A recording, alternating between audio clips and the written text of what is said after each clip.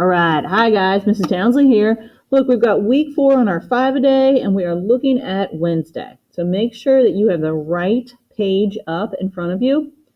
Okay. Week 4, Wednesday. Here we go. All right. Number 1 says add parentheses to make these statements become true. So what they want you to do is they want you to look at this problem. 8 squared minus 5 times 2 equals 118. So somehow you need to try to get these parentheses in or around certain numbers to make this become true. Okay? So I kind of start with just taking a guess. And I say, well, let's see here. Maybe I want to try the 5 and the 2. Okay, and if I put parentheses around the 5 and the 2, this means that this has to go first, right? All right, so 5 times 2 is 10. And then over here you have 8 squared, which is 64. Well, I don't think that would work because it would be 64 minus 10, which would get you to 54, which that doesn't work. Okay, so that cannot be it. So then I want to try maybe this way. Maybe I want to say that these parentheses need to go here. So therefore this is high priority, which means that would have to go first. Okay, well, let's see if that works. 8 squared is 64 minus 5, which would give me, let's see here, 64, 63, 62. What would that be? That would be what? 59. Good job.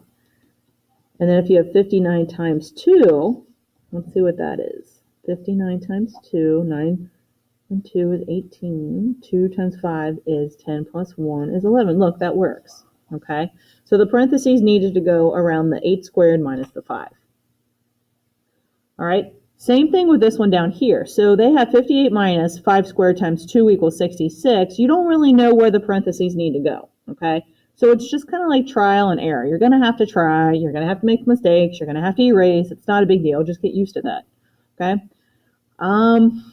Let's see. If I did these parentheses around the 5 squared and the 2, meaning this would have to then go first.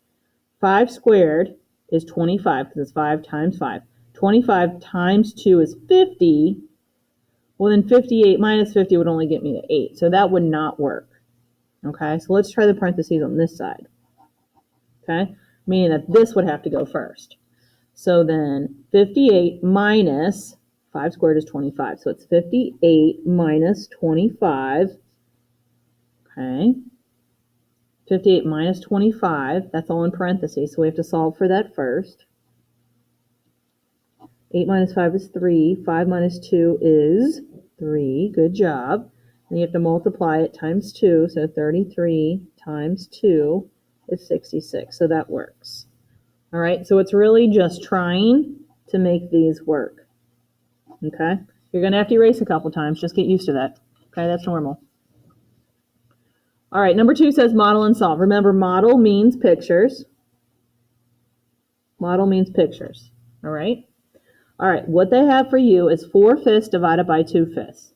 So they want a picture of 4/5. You can draw it any way you want. I always like candy bars. 5. 1, 2, 3, 4, 5. Oops, I have one too many pieces. I'm sorry.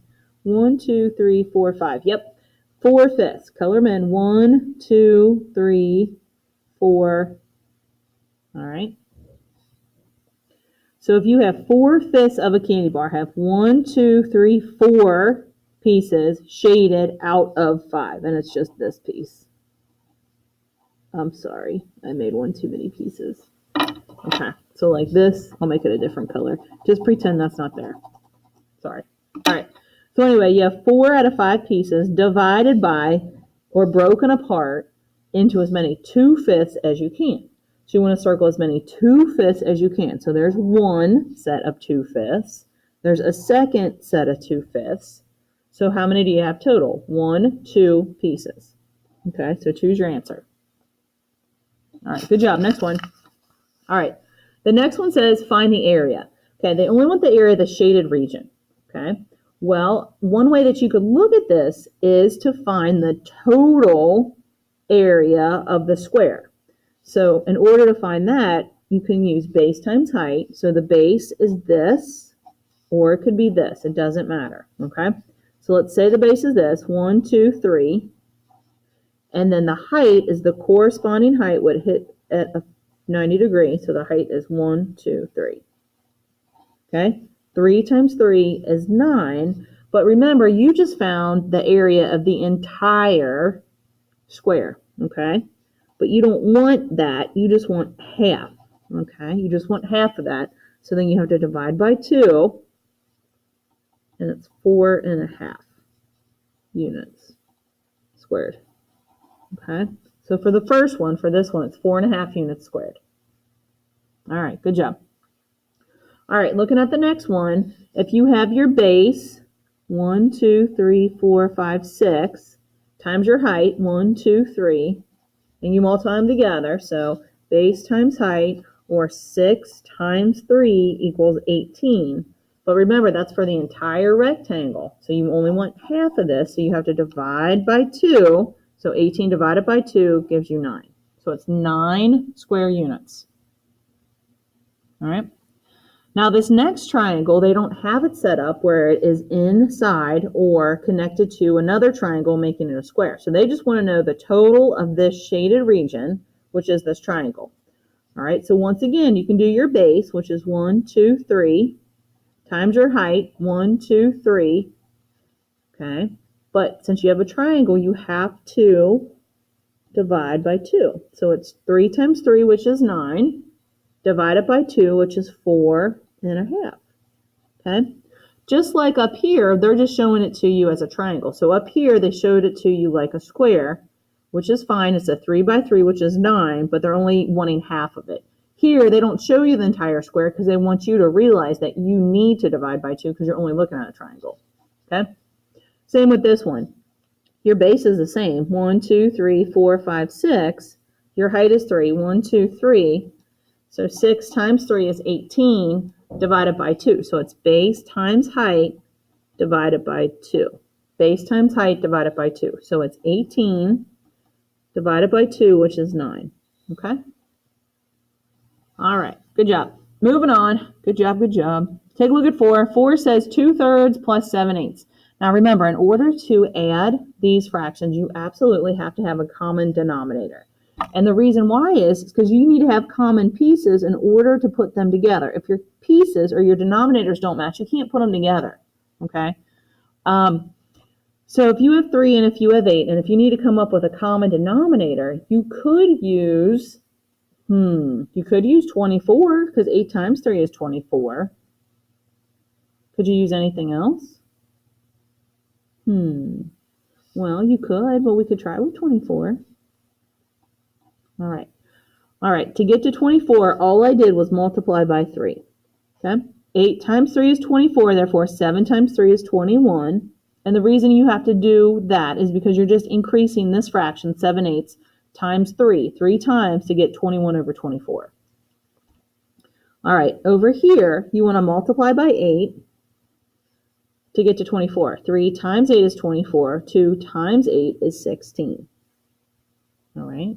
So you increase this 2/3 times 8 by 8 times to get the common denominator of 24. And the reason you have to do that is because these pieces have to match in order for you to add them together. Okay? Now you can easily add them together. Your denominator is 24. That stays the same. And then 16 plus 21 is 37. Okay? You can leave it like that. I'm not worried about it. I know it's top heavy. I know it's improper. It's quite rude. But you can leave it like that. I'm not worried. Next one. 3/4 minus 1/3. Once again, you have to make sure you have a common denominator. So 4 and 3 are not common denominators. You have to have a common denominator, which all I did was multiply by 4 down here and then 3 up here to get to 12. All right. Whatever you do on the bottom, you got to do on the top. So 3 times 4 is 12. 1 times 4 is 4. 4 times 3 is 12. 3 times 3 is 9. Okay. You have a common denominator now, so now you can subtract. 9 minus 4 is 5, and you're done. That's it. Okay? All right, last one, number 5. All right, write greater than, that's greater than, or less than, that's less than, to make each statement true. All right, the number line will help you. All right, if you have -5 or -7, which one is bigger? Which one is bigger? That one is because it's closer to 0. -5 is closer to 0. -7 is all the way down here. Okay? What about this one? -2, +2. Well, I know they're both the same distance to 0, but this one's positive, so that one's bigger. Okay? All right, what about this one? Negative 10, negative 3. Which one's closer to 0? They're both negative, so which one's closer to 0? That one is, so that one's bigger. What about this? Negative 9, negative 2. Negative 9, positive 2. I'm sorry. 2's bigger. It's positive. Okay. Positive 5, negative 9. Easy peasy. 5's bigger. Okay. Hope that makes sense. If you guys need more help, let me know. Other than that, you're doing great. Keep up the wonderful work. Good job, 6th grade.